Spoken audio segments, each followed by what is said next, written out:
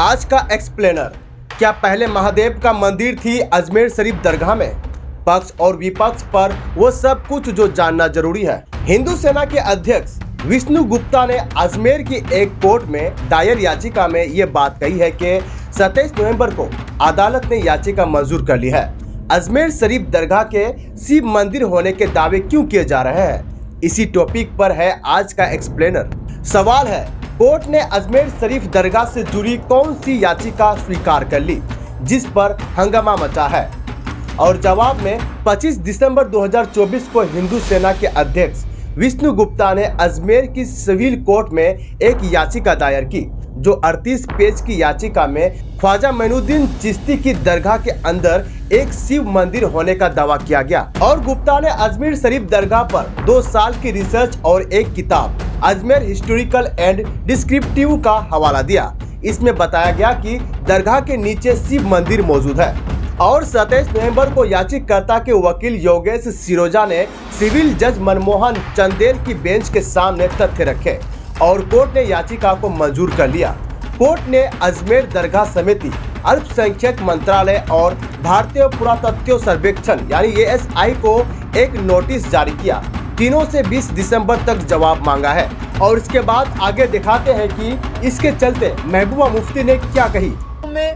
शिवलिंग टूटे जाते थे, अब तो ये हमारे जो ज़ियारतें हैं, हमारे जो श्राइन्स हैं, और वो भी अजमेर शरीफ जैसी श्राइन जहां मुसलमानों से ज्यादा हिंदू श्रद्धा रखते हैं। मुझे लगता है कि इसके बाद मुसलमानों के घरों में ढूंढना शुरू कर देंगे।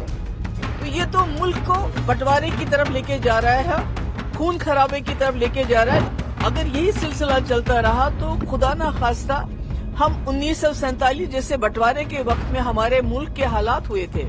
अजमेर दरगाह के मंदिर होने का दावा करने वाले हिंदू सेना के चीफ विष्णु गुप्ता कौन है? 38 वर्षीय विष्णु गुप्ता का जन्म उत्तर प्रदेश के एटा में हुआ था। गुप्ता बचपन से ही उग्र हिंदू राष्ट्रवाद में दिलचस्पी रखते थे और वे कॉलेज के दिनों में ही शिव सेना की युवा शाखा में शामिल हो गए और 2008 में उन्होंने बजरंग दल ज्वाइन कर लिया। और इसके बाद 2011 में गुप्ता ने अपने साथियों के साथ हिंदू सेना की स्थापना की। शिव सेना या RSS से कोई संबंध नहीं होने के बावजूद हिंदू सेना कई विवादों में शामिल रही और विष्णु गुप्ता ने खुद दरगाह की छानबीन की। विष्णु गुप्ता ने दावा किया कि उन्होंने 2 साल तक अजमेर की रिसर्च की है। वे खुद दरगाह के अंदर गए और छानबीन की और इस जांच में 3 बातें पता चली। और उन्होंने दरवाजे की बनावट और नक्काशी को देखकर कैसे अंदाजा लगाया। दरगाह में मौजूद बुलंद दरवाजे की बनावट हिंदू मंदिरों के दरवाजे की तरह है। नक्काशी को देखकर भी अंदाजा लगाया जा सकता है कि यहाँ पहले हिंदू मंदिर रहा होगा। और उन्होंने ऊपरी स्ट्रक्चर को देखकर अनुमान कैसे लगाता है। जो दरगाह के ऊपरी स्ट्रक्चर देखेंगे तो यहाँ भी हिंदू मंदिरों के अवशेष जैसी चीजें देखती है। गुंबदों को देखकर आसानी से अंदाजा लगाया जा सकता है कि किसी हिंदू मंदिर को तोड़कर यहाँ दरगाह का निर्माण कराया गया। और इसके बाद पानी और झरने को देखकर उनको लगता है जहाँ जहाँ शिव मंदिर है वहाँ पानी और झरने जरूर होते हैं। यहाँ यानी अजमेर दरगाह में भी ऐसा ही है।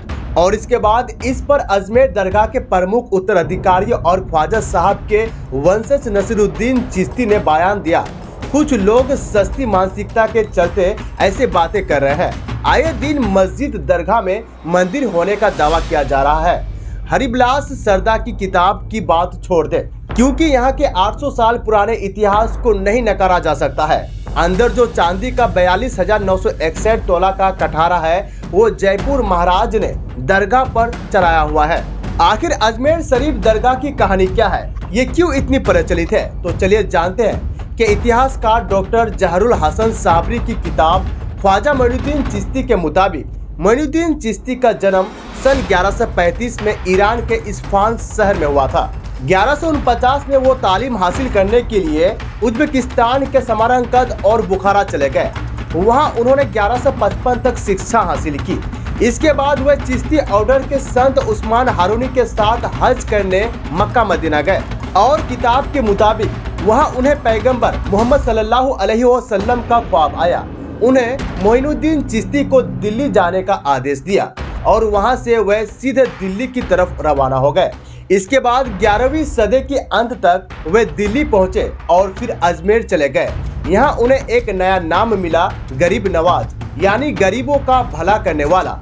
उनके पास सभी धर्मों के लोग आने लगे, इससे वे दूर दूर तक मशहूर हो गए। 1236 में मोइनुद्दीन चिश्ती के निधन के बाद अजमेर में उनका मकबरा बनाया गया। शुरुआत में ये एक छोटा सा मकबरा था। समय के साथ साथ अलग अलग लोगों ने दरगाह का निर्माण कराया। मंडू के बादशाह महमूद खिलजी ने यहाँ एक मस्जिद बनवाई। इसके बाद मुगल सल्तनत में भी यहाँ निर्माण कार्य हुए। मोहम्मद बिन तुगलक और शेर शाह सूरी जैसे बादशाह ने भी दरगाह को संरक्षण दिया। और आगे बात करते हैं बुलंद दरवाजा की। इसका निर्माण 1193 में सुल्तान महमूद खिलजी ने कराया था। ये गेट एक साल में एक बार उर्स के मौके पर खुलता है। इस दौरान दरवाजे के ऊपर एक झंडा भी लगाया जाता है। और बात करते हैं दूसरा नंबर पर जन्नती दरवाजा। इसे 14वीं सदी में सुल्तान अलाउद्दीन खिलजी ने बनवाया था। चांदी का बना ये दरवाजा एक साल में सिर्फ 4 बार खोला जाता है। और तीसरा निजाम गेट की बात करें तो इसे 1911 में हैदराबाद के निजाम मीर उस्मान अली ने बनवाया था। ये दरगाह में जाने के लिए एक महत्वपूर्ण दरवाजा है। और इसके बाद ख्वाजा मोइनुद्दीन चिश्ती का उर्स हर साल इस्लामिक माह रजब में मना जाता है। हजारों लोग उर्स में शामिल होने के लिए दूर दूर से आते हैं। और इस दौरान दिल्ली के महारोली में स्थित कुतुबुद्दीन बख्तियार कारी की दरगाह से एक जुलूस निकलता है। ये जुलूस 400 किलोमीटर पैदल चलकर अजमेर शरीफ दरगाह पर पहुंचता है। और जुलूस में हिस्सा लेने वाले लोगों को कलंदर कहा जाता है। आगे बात करते हैं कि अजमेर शरीफ दरगाह से जुड़े 3 दिलचस्प किस्से। पहला नंबर पर बादशाह अकबर 15 दिन पैदल चलकर दरगाह पहुंचे। 1567 में अकबर ने मन्नत मांगी और एक बेटा हो जाए तो अजमेर पैदल आकर सर झुकाऊंगा। और इस दौरान अकबर की मुलाकात शेख सलीम चिश्ती से भी हुई। 2 साल बाद यानी 1569 में अकबर की मन्नत पूरी हुई। अकबर के यहाँ एक बेटा पैदा हुआ जिसका नाम सलीम रखा। इसके बाद अकबर 15 दिन तक पैदल सफर करके अजमेर शरीफ की दरगाह पहुँचे। इसके बाद अकबर ने यहाँ अकबरी मस्जिद की निर्माण कराया। दूसरे नंबर की बात करें तो भारत की सबसे बड़ी देग जो 1569 में मुगल बादशाह अकबर अजमेर शरीफ दरगाह पहुँचे तो उनके साथ एक बड़ी लोहे की देग भी थी। इस देग का डायमीटर 10 मीटर था। इस देग को आज अकबर देग के नाम से जाना जाता है। ये भारत की सबसे बड़ी देग है और इसमें एक बार में 120 मन यानी 4800 किलो मीठे चावल एक साथ पकाए जाते हैं। इन चावलों को तबर्रुक या प्रसाद के रूप में बांटा जाता है। और तीसरा नंबर की बात करें तो क्वीन मैरी का विक्टोरियल टैंक 1911 में दिल्ली में जॉर्ज भी की तापोसी हुई। इस दौरान उनकी पत्नी क्वीन मैरी ने अजमेर शरीफ दरगाह का दौरा किया जो उन्होंने दरगाह की टंकी यानी हौज की मरम्मत के लिए 1500 रुपए दिए थे। और आज ये हौज विक्टोरिया टैंक के नाम से जाना जाता है। और इसके अलावा भारत के नेताओं के साथ कई बॉलीवुड सुपरस्टार भी अजमेर शरीफ की दरगाह पर चादर चढ़ाते हैं। जवाहरलाल नेहरू से लेकर प्रधानमंत्री नरेंद्र मोदी भी दरगाह के लिए चादर भेज चुके हैं। इतना ही नहीं, भारत के अलावा विदेशों से भी ख्वाजा गरीब नवाज की दरगाह के लिए हर साल चादर भेजी जाती है। The places of worship act की 4 बातें। पहला नंबर पर जो सेक्शन 3 की बात करें तो 15 अगस्त 1947 के बाद धार्मिक स्थलों में कोई बदलाव नहीं। धार्मिक स्थलों को उसी रूप में संरक्षित किया जाएगा जिसमें वह 15 अगस्त 1947 को था। अगर यह साबित भी होता है कि वर्तमान धार्मिक स्थल को इतिहास में किसी दूसरे धार्मिक स्थल को तोड़कर बनाया गया था तो भी उसके वर्तमान स्वरूप को बदला नहीं जा सकता। और सेक्शन 4 की बात करें तो 15 अगस्त 1947 से पहले के विवाद पर कोई नया मुकदमा नहीं।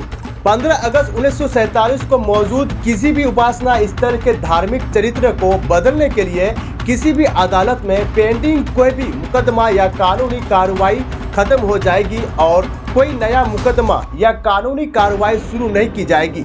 अगर उपासना स्थल में बदलाव 15 अगस्त 1947 के बाद हुआ है तो ऐसे में कानूनी कार्रवाई की जा सकती है। और सेक्शन 5 की बात करें तो राम जन्मभूमि यानी बाबरी मस्जिद विवाद पर लागू नहीं। The places of worship act के कोई प्रावधान अयोध्या के राम भूमि यानी बाबरी मस्जिद विवाद पर लागू नहीं होंगे। सेक्शन 6 की बात करें तो 3 साल तक की सजा का प्रावधान। अगर कोई व्यक्ति इस एक्ट के सेक्शन 3 का उल्लंघन करता है तो उसे 3 साल तक की सजा और जुर्माना भरना पड़ सकता है। और इसके बाद एक सवाल है, क्या मुस्लिम धार्मिक स्थलों के हिंदू होने का दावों का एक पैटर्न बनता जा रहा है? 5 अगस्त 2019 को सुप्रीम कोर्ट ने राम मंदिर मामले में फैसला सुनाया था। कोर्ट ने माना था कि बाबरी ढांचा मंदिर को तोड़कर बनाया गया था। फैसले में विवादित जमीन राम जन्मभूमि न्याय को दी गई थी और 22 जनवरी 2024 को राम मंदिर बनकर तैयार हुआ। इसके बाद अयोध्या के बाद काशी की जामा मस्जिद, मथुरा की शाही ईदगाह और आगरा के ताजमहल में भी मंदिर होने के दावे लगातार किए जा रहे हैं। राम मंदिर मामले के निर्णय आने के बाद पूरे देश में उन सभी धार्मिक स्थानों की जांच की मांग उठने लगी है जहां इस प्रकार का विवाद है और संभल की जामा मस्जिद का सर्वे भी इसी कड़ी का एक हिस्सा है। और इसके बाद सुप्रीम कोर्ट के सीनियर एडवोकेट अश्विनी उपाध्याय के मुताबिक देश में 900 मंदिर है जो 1192 से 1947 के बीच इन मंदिरों को तोड़कर मस्जिद या चर्च बना दिया गया। इनमें से 100 मंदिर ऐसे हैं जिनका जिक्र हिंदू धर्म के 18 महापुराणों में है। अश्विनी उपाध्याय कहते हैं कि the place of worship act 1991 कानून का बेस 1947 रखा गया और अगर इस तरह का कोई बेस बनाया जाता है तो वो बेस 1192 ही होना चाहिए। वीडियो इंफॉर्मेटिव लगने पर सब्सक्राइब और शेयर जरूर करें।